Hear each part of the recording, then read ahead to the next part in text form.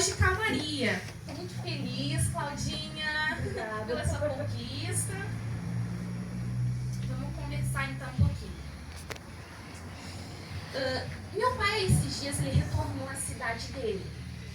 E ele foi para uma mercearia que ele corria, quando criança, pelas ruas da cidade de Lajeado. E ele precisou se apresentar, porque o dono da mercearia já era muito velhinho e ele não estava lembrando dele. E aí ele falou, ele se apresentou pelo apelido: eu sou Eca, você não está lembrado de mim? Eu sou filho da Olina da Silva e do Francisco da Silva.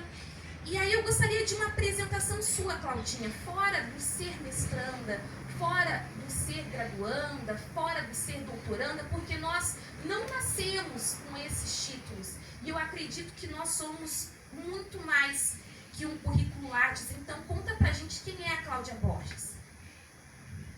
E, gente, a Cláudia Borges, essa pessoa que estava nervosíssima aqui, nós estava aqui se apresentando.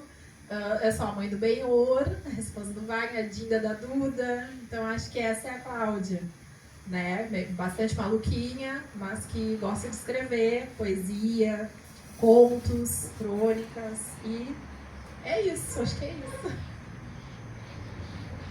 Vamos ver aqui. A Ana dos Santos, em seu prefácio, ela diz: Cláudia afirma com todas as letras que é uma escritora. Conta pra gente, então, como foi esse processo de se auto-intitular enquanto escritora frente ao mundo? Como é que é isso? Eu comecei a escrever, na verdade eu comecei a fazer história em quadrinho quando era criança.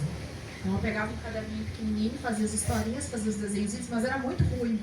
Então eu botei tudo fora. E aí eu vou ser escritora, vou escrever um livro, eu sempre tinha isso em mente.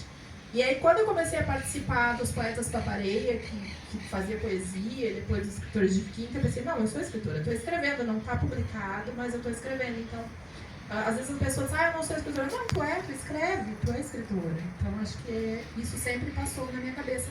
Mas é um sentimento que eu tenho lá de criança. Eu tentava copiar as histórias em quadrinho, depois copiar os poemas que eu via nos livros. E acho que foi assim que eu fui construindo, sabe? Essa escritora. Sim, sim.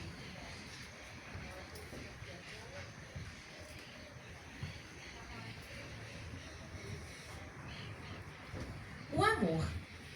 Quando nasci, o amor, eu rimava com flor.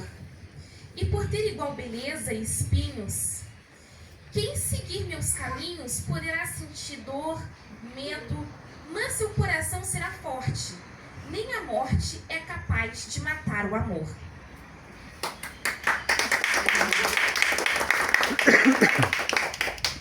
Quando eu li pela primeira vez esse poema, eu fiquei pensando nas palavras singelas, no poder da afirmação e do teletransporte ao sonho, à infância.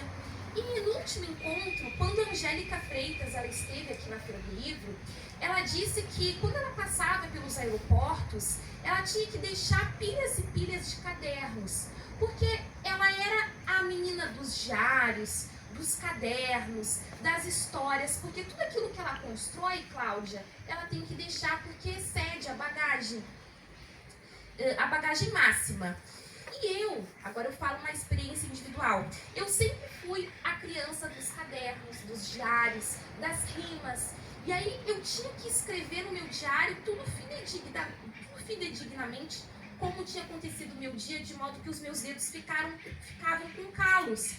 E eu digo agora, olhando distante, que privilégio, que potência nós termos sido as crianças que rimavam fora do chat GPT, com a nossa própria inteligência, com a nossa própria capacidade mental, cognitiva. E aí eu queria saber como era a Cláudia criança, como ela escrevia, como era esse teu espaço de criação na infância? Diário eu não fazia, né? Mas eu tentava, como eu falei, eu tentava imitar os poetas que eu via nos livros. Então, se eu via alguma coisa, eu disse, eu vou tentar fazer igual. E aí eu tentava fazer aquele verso igual, rimar alguma coisa muito parecida. Eu só não consegui sonetos quando era criança, né? Consegui bem depois, Paulinha, que eu diga. Mas os outros poemas eu tentei imitar e fazer, e aí eu escrevia muito poesia, desde a adolescência. E era sempre nessa questão de imitação, tendo um caderninho, né? Então eu tenho lá 3 cadernos da adolescência que estão guardados em casa. E aí, falando da autora, né, que tinha que deixar, eu acho que ia me doer muito ter que deixar os meus cadernos, eu sou muito apegada, ia doer demais.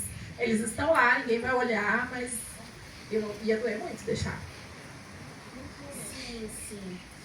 Antes das publicações, ou até mesmo após a escrita, você possui olhares de confiança? E se você mostra a alguém as suas construções fora da área das letras? Porque às vezes a gente passa para os nossos colegas de graduação e eles já vêm com esse olhar crítico, o olhar de correção gramatical. E eu queria saber quem é essa pessoa e quem são seus olhares de confiança e como você escolhe esses olhares.